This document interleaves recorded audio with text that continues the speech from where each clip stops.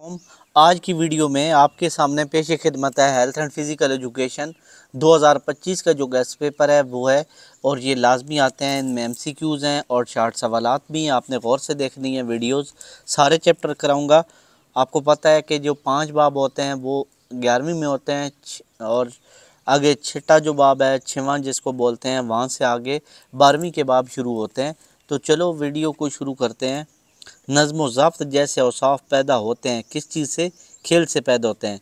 जिस्म की मुतवाज़न नशोनुमा होती है किस चीज़ से? जिस्मानी सरगर्मियों से। एक फ़ितरी अमल है, क्या चीज़? खेल। खेल एक फ़ितरी अमल है, ये खेल का फ़ायदा है, ज़हनी नशोनुमा होती है। ठीक है। जमहूरियत का गहवारा है खेल का मैदान, क्या चीज़? खेल का मैदान जमहूरियत का गहवारा है। खेलों की अहमियत किस दौर में मुसल्लमा रही है? हर दौर में मुसल्मा रही है। साइंसी इजादात ने इंसान को फराहम किया है आसाइशें। खेल हमारी ज़िंदगी का कौन सा हिस्सा है? लाजमी हिस्सा है। 7वां बाब आ गया, ये सिर्फ इम्पोर्टेंट MCQs हैं। ठीक है। बाब हफ्तम आ गया, मुनज़म खेलें। हॉकी बाल का वज़न ज़्यादा से ज़्यादा होता है 170 ग्राम, 163, 168, तो कितना? 163 ग्राम। हॉकी ग्राउंड की लंबाई वाली लाइन को क्या कहते हैं? Side line. हॉकी ग्राउंड को हिस्सों में तकसीम किया जाता है, 4 हिस्सों में तकसीम किया जाता है। हॉकी मैच में अंपायर की तादाद कितनी होती है? 2 अंपायर होते हैं। हॉकी में क्रॉस बार की जो ग्राउंड से बुलंदी होती है वो कितनी होती है? 2.14 यानी 2.14 मीटर। हॉकी में पेनल्टी कार्नर के दिफा के वक़्त खिलाड़ियों की तादाद कितनी होती है? ठीक है, 5। हॉकी गोल पोस्ट में लगे तख्तों की बुलंदी होती है 46 सेंटीमीटर। हॉकी बाल का रंग होता है कैसा? सफ़ेद होता है। हॉकी की ग्राउंड की चौड़ाई होती है कितनी? 55 मीटर। हॉकी स्टिक की लंबाई कितनी होती है? 91 यानी 91.40 सेंटीमीटर। हॉकी मैच का दौरानिया कितना होता है? 70 मिनट का हॉकी मैच का दौरानिया 70। बराए तालिबात, ये लड़कियों के लिए है। बैडमिंटन जाल की चौड़ाई होती है 76 सेंटीमीटर। बैडमिंटन जाल की लंबाई होती है 6.1 मीटर। बैडमिंटन सिग्नल और डबल कोर्ट की लंबाई होती है 13.40 मीटर। बैडमिंटन कोर्ट की लंबाई वाली लाइन को क्या कहते हैं? Side line. बैडमिंटन जाल नेट की कोर्ट के वास्त में फर्श से ऊंचाई होती है कितनी? 1.524 मीटर ऊंचाई होती है। बैडमिंटन कोर्ट की लाइनों की मोटाई कितनी होती है? 40 मिलीमीटर। 7वां बाब आ गया, कसरती खेलें। बराए तालबा व तालिबात, ये यानी लड़के और लड़कियों दोनों के लिए है। नेज़ा फेंकने के सेक्टर का जाविया 28.9 डिग्री। औरतों के लिए नेज़े का वज़न कितना होता है? यानी औरतों के लिए नेज़े का वज़न 600 ग्राम। अगर नेज़ा फेंकने के मुकाबले में खिलाड़ियों की तादाद 7 हो तो हर एक को कोशिश दी जाएगी कितनी? 6। नेज़ा फेंकने की कौस की मोटाई होती है कितनी? 5 सेंटीमीटर। ख़वातीन के लिए नेज़ा की ज़्यादा से ज़्यादा लंबाई होती है 2.30। यूलन थ्रो, नेज़ा फेंकने में अगर खिलाड़ियों की तादाद 10 हो तो हर एक को कोशिश दी जाएगी कितनी? 3। नेज़ा फेंकने के दौड़ने के रास्ते की कम अज़ कम लंबाई कितनी होती है? 30 मीटर। नेज़े के कुल हिस्से होते हैं कितने होते हैं? 3। नेज़ा पकड़ने वाली जगह को क्या कहते हैं? ग्रिप। हाई जंप में पोलो का दरमियानी फासला ज़्यादा से ज़्यादा होता है 4.00 से लेकर 4.04 तक। ऊंची छलांग में दौड़ने की रास्ते को कम अज़ कम लंबाई होती है। उसके अलावा ऊंची छलांग में एक राउंड के बाद क्रॉस बार को कम अज़ कम बुलंद किया जाए 2 सेंटीमीटर। हाई जंप में जंप के लिए वक़्त दिया जाता है 60 सेंटीमीटर। हाई जंप में क्रॉस बार का वज़न कितना होता है? 2 किलोग्राम। हाई जंप में क्रॉस बार का वज़न कितना होता है? 2 किलो। ठीक है। ऊंची छलांग में हर राउंड के बाद क्रॉस बार को कम अज़ कम ऊंचा किया जाता है 2 सेंटीमीटर। हिस्सा दोम इल्मुल सेहत। आपको पता है कि इसका एक हिस्सा खेल वाला होता है और दूसरा इल्मुल सेहत वाला होता है। बाब शिशम जिस्मानी निज़ाम, बड़े और मजबूत उज़लात, टांगों के उज़लात। उज़लात की इकसाम है 3। धारीदार उज़लात को भी कहते हैं इरादी उज़लात। धारीदार को भी क्या कहते हैं? इरादी उज़लात। वो उज़लात जो इंसानी मर्ज़ी के ताबे होते हैं। इरादी उज़लात यानी इंसान की मर्ज़ी को उन्हें हिलाता है, जैसे हाथ पाँव। इरादी उज़लात की इकसाम 2। उज़लात अपनी खुराक कहाँ से हासिल करते हैं? खून से। मर्दों के जिस्म का कितने फ़ीसद हिस्सा इरादी उज़लात पे होता है? 40 से 45%। इस्तख़्वानी उज़लात किस के साथ चिमटे होते हैं? हड्डियों के साथ। ठीक है, ये उज़ला की जड़ को हड्डी से जोड़ता है, टिंडन। ठीक है। 7वां बाब आ गया खुराक और ग़ज़ा। इसका इस्तेमाल इंसान के मरकज़ी एसाबी निज़ाम को नुकसान पहुँचाता है। अल्कोहल, यहाँ पे सारा सेहत का होगा। दराज़ी उम्र का सबब बनती है लस्सी, यानी लस्सी पीने से उम्र बढ़ती है। कोको में चिकनाई की फ़ीसद होती है 55%। हरारत नापने का आला हरारा टैनन पाया जाता है किस चीज़ में? चाय में। लीमू के रस में विटामिन पाया जाता है। लीमू के रस में विटामिन पाया जाता है। सी। थीन मौजूद होती है किस चीज़ में? चाय में। थीन चाय के अंदर मौजूद होती है। एक पौधे के बीज होते हैं कोको। मुतवाज़न ग़ज़ा में मौजूद होते हैं तमाम ग़ज़ाई अज्ज़ा। ठीक है, मुतवाज़न ग़ज़ा में तमाम ग़ज़ाई अज्ज़ा होते हैं। कोको में नशास्ता की मिक़दार 22%। गैर अल्कोहलिक मशरूबात की मिसाल क्या चीज़ है? जूस।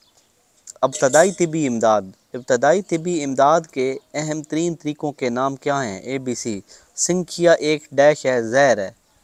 इंसान के ज़िंदा रहने के लिए फेफड़ों में जाना ज़रूरी है, ऑक्सीजन। कितने तरीक़ों से ज़हर जिस्म में दाखिल होता है? 3 तरीक़ों से। अगर किसी ने ज़हर निगल लिया हो तो सबसे पहले क्या करना चाहिए? कै करवाई जाए, यानी उसको उल्टी करवाई जाए। बेलाडोना एक बूटी पौधा है जहरीली। आंवला छाला पड़ जाता है किस चीज़ से? जलने से, चीर लगने से, हरारत और रगड़ने से, कांटा चुभने। तो हरारत और रगड़ने से ये छाला बन जाता है। बाफ्तों को नुकसान पहुंचने की वजह से कौन सा स्याल मादा जल्द के ऊपर की तह के नीचे जमा हो जाता है? सिर्म। ये बाफ्तें यानी जो बंदे की रगें होती हैं। नेक्स्ट आ गया जी शार्ट सवालात। तो ये बहुत ज़रूरी है, इंशाल्लाह इसको करते हैं। शार्ट सवालात। खेल के 2 फ़ायदे लिखें। खेल के आपको पता है, कोई भी ये बंदा जानता है कि जिस्म को चुस्त बनाते हैं, सेहत पैदा होती है, खून चालू होता है, बीमार बंदा ठीक होता है। 101 इसके जवाब हैं। खेलें कुदरती सलाहियतों को उजागर करती हैं, मुख्तसरन बयान कीजिए। खेल से जिस्मानी सरगर्मियों में फितरती सलाहियतों को उजागर करने के मौके मिलते हैं। कई लोग इन सलाहियतों को अपने अंदर ही ख़त्म कर लेते हैं, लेकिन खेलों से वो पूरा फ़ायदा उठाते हुए अपने जिस्मानी क़ुव्वतों का इज़हार खेल के मैदान में करते हैं। यानी कि उनकी जिस्मानी जो सलाहियतें हैं उनका इज़हार खेल के अंदर होता है। सपोर्ट्समैनशिप की तारीफ़ कीजिए। सपोर्टमैनशिप। ठीक है। खेल मुस्बत तर्ज़ अमल अख्तियार करने और अच्छे किरदार की तश्कील में मदद देता है। हर चीज़ को बर्दाश्त करना, हार कबूल करना, जीत अपने जज्बे के काबू करना सपोर्ट्समैनशिप कहलाता है। यानी कि खेल में मुस्बत तर्ज़ अमल। ठीक है। खिलाड़ी के ज़ाती नज़्म व ज़ब्त की मुख्तसरन वज़ाहत करें। ज़ाती नज़्म व ज़ब्त अच्छे खिलाड़ी के औसाफ में एक वास्फ़ है। एक अच्छा खिलाड़ी हमेशा इत्तदाल पसंदी से काम लेता है। वो हमेशा नज़्म व ज़ब्त के तहत सरगर्मियों में हिस्सा लेते हैं, साबितों और असूलों की भी पाबंदी करते हैं। यानी कि जितने भी खेलों के असूल होते हैं वो उनकी क्या करते हैं? पाबंदी करते हैं। अच्छा खिलाड़ी किस तरह कानून का पाबंद होता है? जो अच्छा खिलाड़ी होता है वो कानून की पाबंदी करता है।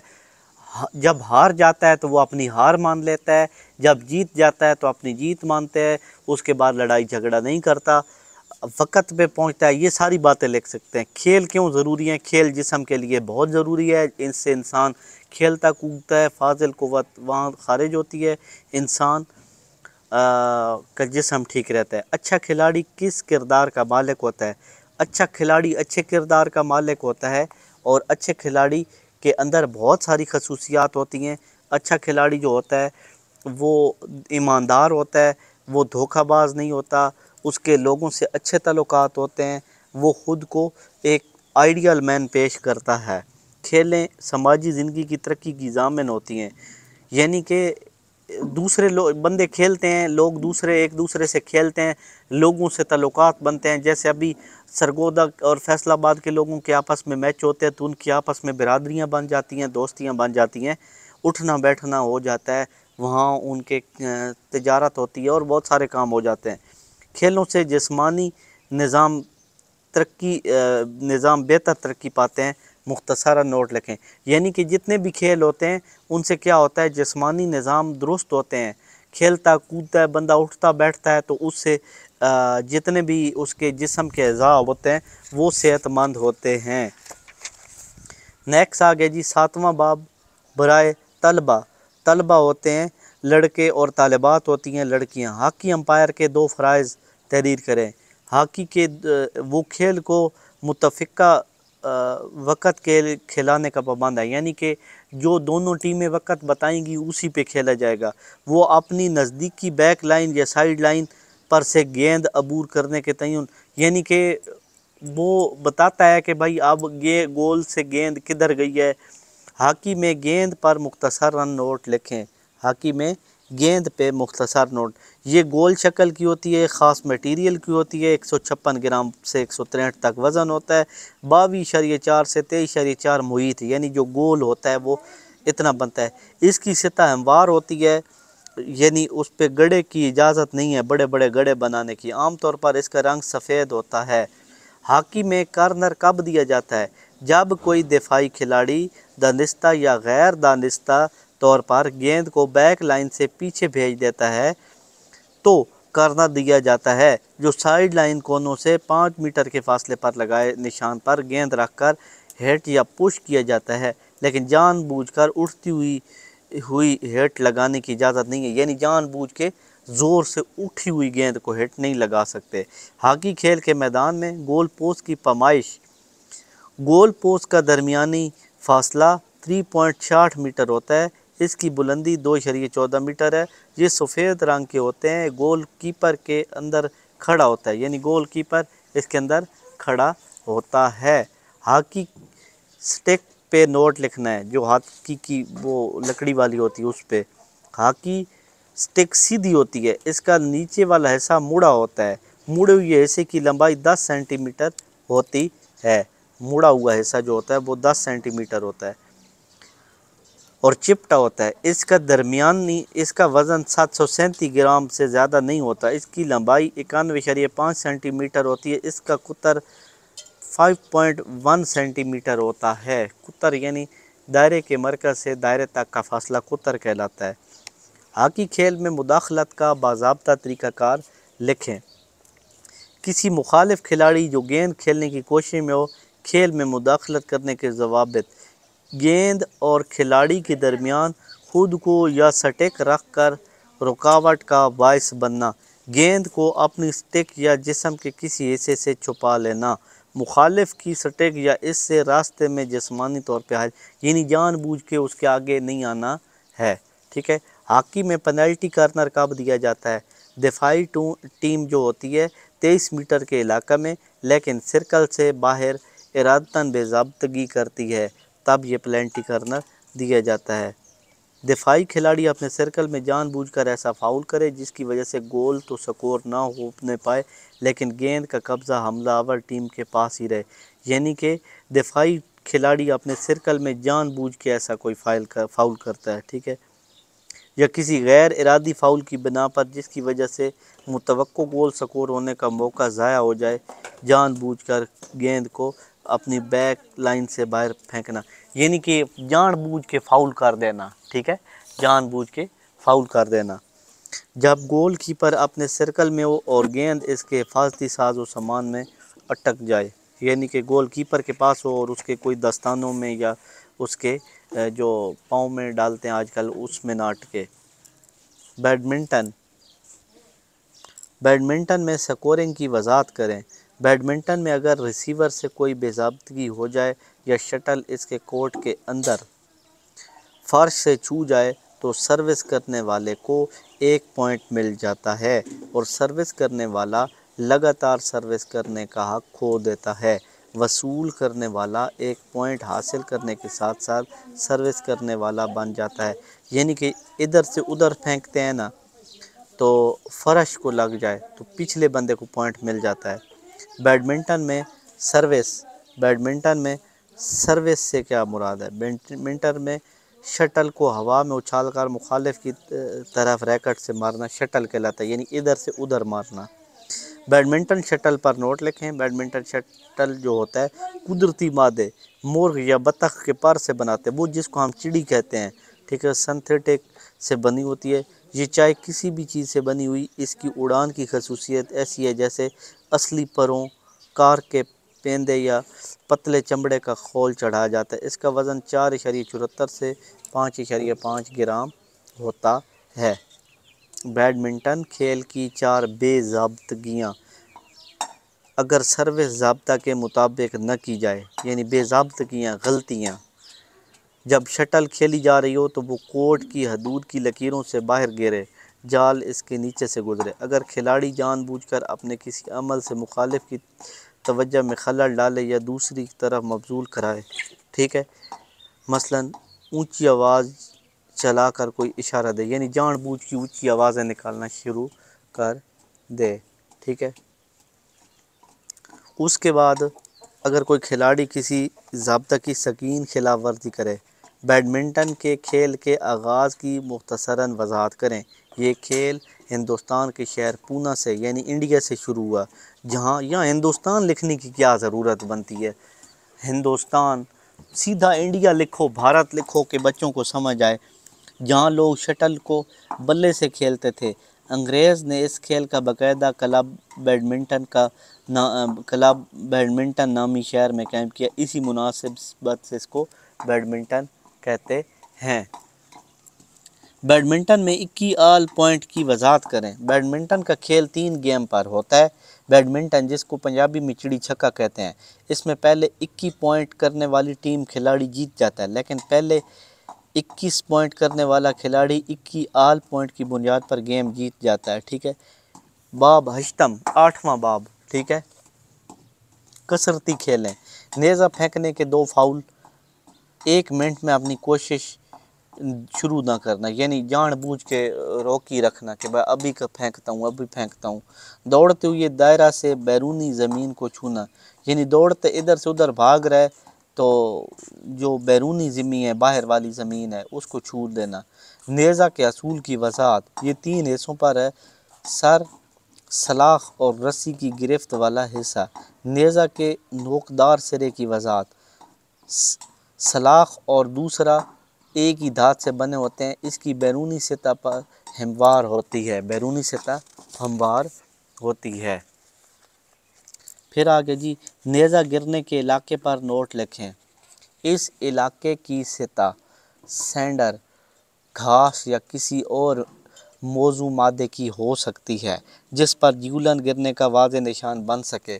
5 सेंटीमीटर चौड़ी 2 सफ़ेद लकीरों से इस तरह बनाया जाता है कि अगर इनको बढ़ाया जाए तो ये कौस के अंदरूनी किनारों के दोनों सिरों के अंदरूनी किनारों और दौड़ने के इलाके को ज़ाहिर करने वाली मुतवाज़ी लकीरों के मकाम इत्तिसाल को कता करती है।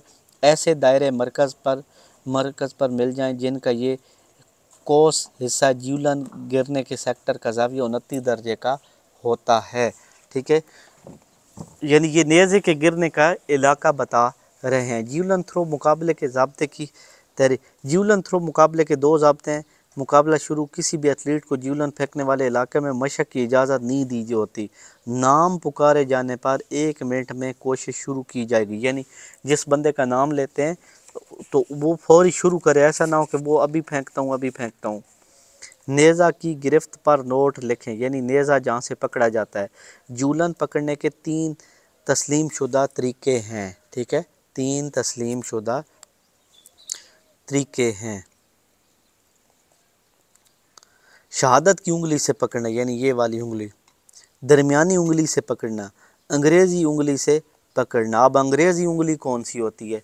सेंटर वाली उंगली लिखो, सीधी बात। पहले दोनों तरीके मूंझे हुए एथलीट पर बहुत मकबूल हैं, जबकि तीसरा तरीका जो है नौआमूज़ एथलीट को सिखाने में बहुत मौसर है। जूलन को पकड़ने के लिए कोई भी तरीका अपनाएं, लेकिन आपकी पसंद और तरजीह पर मबनी, जिससे जूलन को मजबूती से पकड़ा जा सकता है। यानी वैसे तो 3 तरीके हैं, लेकिन आप अपनी पसंद का तरीका भी अपना सकते हैं। नेज़ा के दौड़ने के रास्ता पर तहरीर करें। जूलन थ्रो के लिए दौड़ने के रास्ते की लंबाई कम अज़ कम 30 मीटर है और जहां मुमकिन है उसकी लंबाई 33.5 मीटर हो सकती है। ये फासला 2 मुतवाज़ी लकीरों से महदूद होता है, जो दूसरे से 4 मीटर होती है, जिसकी चौड़ाई 5 मीटर होती है। इनकी लकीरों के दरमियान नुक्ते को मरकज़ मानकर 8 मीटर निस्फ कुतर की कोस लगाई जाती है। इसकी लकीर तक जाकर जूलन का फेंका जाता है, यानी सेंटर में लकीर एक दायरा लगाया जाता, दायरा है, सेंटर में उसके दायरा लगाते हैं और उसका इधर तक फासला। नेज़ा फेंकने के सेक्टर की अतराफ की बढ़ी हुई लकीरों का मकसद क्या होता है? नेज़ा फेंकने के सेक्टर की तरफ बढ़ी हुई लकीरों का मकसद फाउल को ज़ाहिर करना है। नेज़ा फेंकने के मुकाबले में पीली झंडी लहराने का मकसद क्या है? नेज़ा फेंकने के मुकाबले में पीली झंडी लहराने का मकसद एथलीट को वक़्त के ख़त्म होने से पहले 15 सेकंड पहले ही इंतबाही इशारा। हाई जंप के कवानीन बयान करें। हाई जंप के 2 कवानीन हैं। एथलीट की बारी बारी कुरानदाजी से मुकर्रर की जाए। ठीक है। मुसन्निफ़ आला मुकाबला शुरू करने से पहले इब्तदाई बुलंदी हर राउंड के बाद बढ़ाई जाए वाली बुलंदियों का ऐलान करें। हाई जंप में क्रॉस बार की वजाहत करें। ये फाइबर गिलास या किसी और मौजू मटेरियल की बनी होती है। इसकी लंबाई 4 मीटर है और ज़्यादा से ज़्यादा 2 किलो वज़न है। ये बनावट में गोल होता है, यानी कि हाई जंप में क्रॉस बार। ठीक हो गया। उसके बाद ऊपर की जानिब गोल नुमा होता है, जिसकी चौड़ाई 30 से 35 होती है और 15 से 20 सेंटीमीटर लंबाई होती है। हाई जंप में उखाड़े पर नोट लिखें। ये जो उखाड़ा बनाया जाता है, काबिले इंतकाल उखाड़े की सूरत में इसकी कम अज़ कम लंबाई कितनी होती है? 5 मीटर और चौड़ाई कितनी होती है? 3 मीटर। ऊंचाई 70 मीटर। काबिले इंतकाल उखाड़े 70 सेंटीमीटर सॉरी। उखाड़े के सामने खंबे और इस तरह रखे जाते हैं कि इसकी कम अज़ कम 10 सेंटीमीटर आगे होता है, ताकि एथलीट के गिरने से उखाड़े में पैदाशुदा हरकत इन पर रखी जाए और क्रॉस बार पर ना गिरे। हाई जंप में दौड़ने के रास्ते की वजाहत, यानी हाई जंप लगाते वक्त ऊंचा जंप, हाई जंप ऊंचा जंप। ठीक है। तो दौड़ने वाला दौड़ के रास्ते की कम अज़ कम लंबाई 15 मीटर, यानी 15 3 45 फुट लंबाई। और ऐसे मुकाबले जो AAF के ज़ेर साया मुनक़िद हों, इनके लिए इसकी लंबाई 20 मीटर होती है और जहां हालात इजाज़त दें वहां लंबाई 25 होती है और दौड़ने और उछलने की जगह हमवार होती है, यानी दौड़ने और उछलने की जगह हमवार होती है, एक जैसी, कोई जंप खड्डा नहीं होता। एथलीट दौड़ने में सिर्फ इंतज़ामिया की मुहैया करदा 1 या 2 निशानियां मार्क कर सकता है। हाई जंप के 2 फाउल लिखें। अगर नाम पुकारे जाने से 1 मिनट, यानी कि बंदे का नाम पुकारते हैं और वो 1 मिनट तक नहीं आता। छलांग के दौरान जो ऊपर बार लगाई जाती है उसको छू जाए, उसके ऊपर से जिससे छलांग लगाता है उससे टकरा जाए पाँव। हाई जंप में जंप ऑफ की वजाहत करें। अगर हाई जंप में फैसला बराबरी की बुनियाद पर हो रहा हो तो अगली कोशिश में क्रॉस बार को 2 सेंटीमीटर नीचे कर दिया जाता है। इस अमल को जंप ऑफ कहा जाता है। अगर फैसला ना हो तो सब एथलीट एक दर्जा दिया जाता है, सब एथलीट को एक दर्जा देते हैं। अब पता नहीं ये दर्जा क्या होता है। दर्जे से मुराद एक, मेरे ख्याल में तो दर्जे के यहाँ पे एक बारी दी जाती है। हाई जंप की टेकों की वजाहत करें। क्रॉस बार रखने के लिए टेकें की शक्ल मुस्ततील और हमवार होती है। इनकी लंबाई 6 सेंटीमीटर, चौड़ाई 4 सेंटीमीटर होती है। ये खंभों पर इस तरह कस दी जाती हैं कि एक दूसरे के मध्य मुकाबल, यानी एक इधर एक इधर। ठीक है। ऊंची छलांग में खिलाड़ी की नाकामी से क्या मुराद है? यानी हम क्या कह सकते हैं कि ये नाकाम है। इसके किसी अमल की बदौलत क्रॉस बार टेकों पर ना गिरे। वो क्रॉस बार को अबूर करने से पहले इसके नज़दीक तरीन किनारे की उफ़क़ी हद से आगे की ज़मीन पर गद्दे में शामिल हों, छूले और ख्वाह वो इलाका खंभों के दरमियान या खंभों के बाहरी क्यों न हो, तहम एथलीट का पाँव कूदते वक़्त इत्फाक़न गद्दे को लग जाए। लेकिन मुसन्निफ़ की राय एथलीट ने इस अमल और दौरान से कोई फ़ायदा नहीं उठाया तो ये नाकामी तस्वर की जाएगी।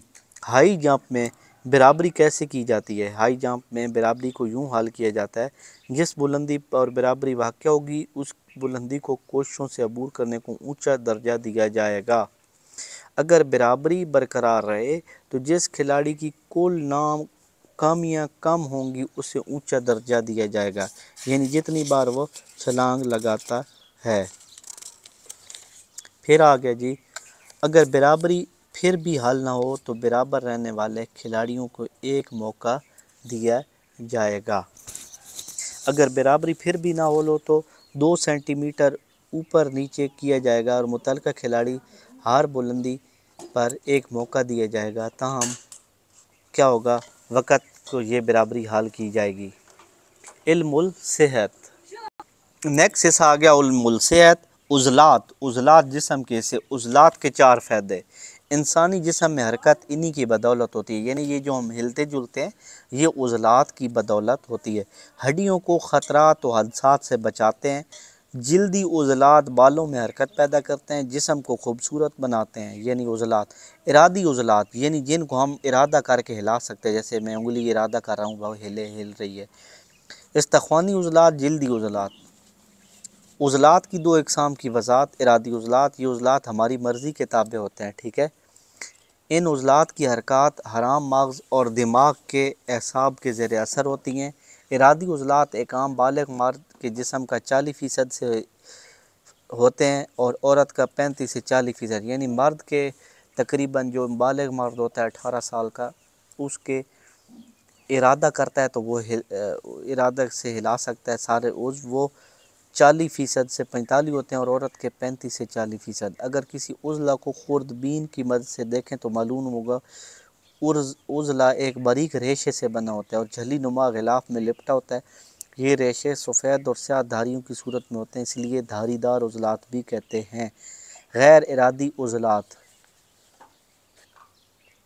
ये वो उज़लात हैं जो हमारी ख्वाहिश के ताबे नहीं होते। इन उज़लात की हरकत ख़ुद एसाब के ज़ेर असर होती हैं। खुर्दबीन के ज़रिए मुशाहिदा करने पर मालूम हुआ कि इनमें कोई धारीदार उज़लात नहीं। गैर धारीदार उज़लात भी कहते हैं। मैदे के अमाल, आंतों की हरकत दौरान तनफ़ुस और गैर इरादी उज़लात से है, इसीलिए इन उज़लात हम अपनी मर्ज़ी से कोई चीज़ दाखिल नहीं कर सकते। ये हरकत ख़ुद ब खुद होती हैं, यानी कि जो मैदा है अब हम खुद मर्ज़ी से उनको हिला जुला नहीं सकते। मैदे के अंदर जो भी काम होते हैं वो कुदरती तौर पे होते हैं। निज़ाम उज़लात। तमाम उज़लात से मुराद इंसानी के जिस्म के बारीक और रेशों और झलियों के ज़रिए एक दूसरे से पेवस्त होते हैं, यानी निज़ाम उज़लात छोटे छोटे ये बारीक रेशे और झलियाँ गोश्त की तह बनाती हैं। इनमें फैलने और सिकुड़ने की सलाहियत होती है। इनमें नरम और मजबूत उज़लात के निज़ाम होते हैं। इस्तख़्वानी उज़लात। इस्तख़्वानी उज़लात से मुराद उज़लात हैं जो हड्डियों के साथ वाबस्ता हैं। काफ़ी के अज़ाए तरकीबी। काफ़ी, ये जो कहते हैं ना कॉफ़ी पीने जा रहे हैं।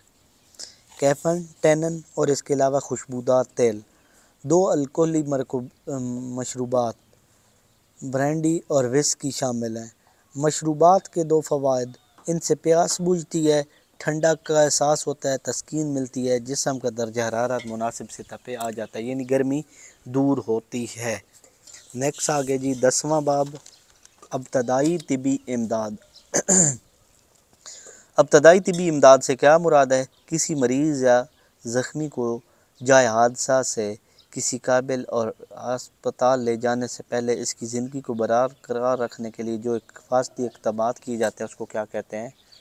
इब्तदाई तिबी इमदाद। यानी कि हादसा या कोई हो जाए तो ऐसा नहीं कि डॉक्टर के पास ले जाने से पहले उसको कुछ भी ना करो, पहले उसकी मदद करो, कोई सांस बहाल करो, उसके पट्टियाँ करो। ये इब्तदाई तिबी इमदाद पहुँचाने के असूल।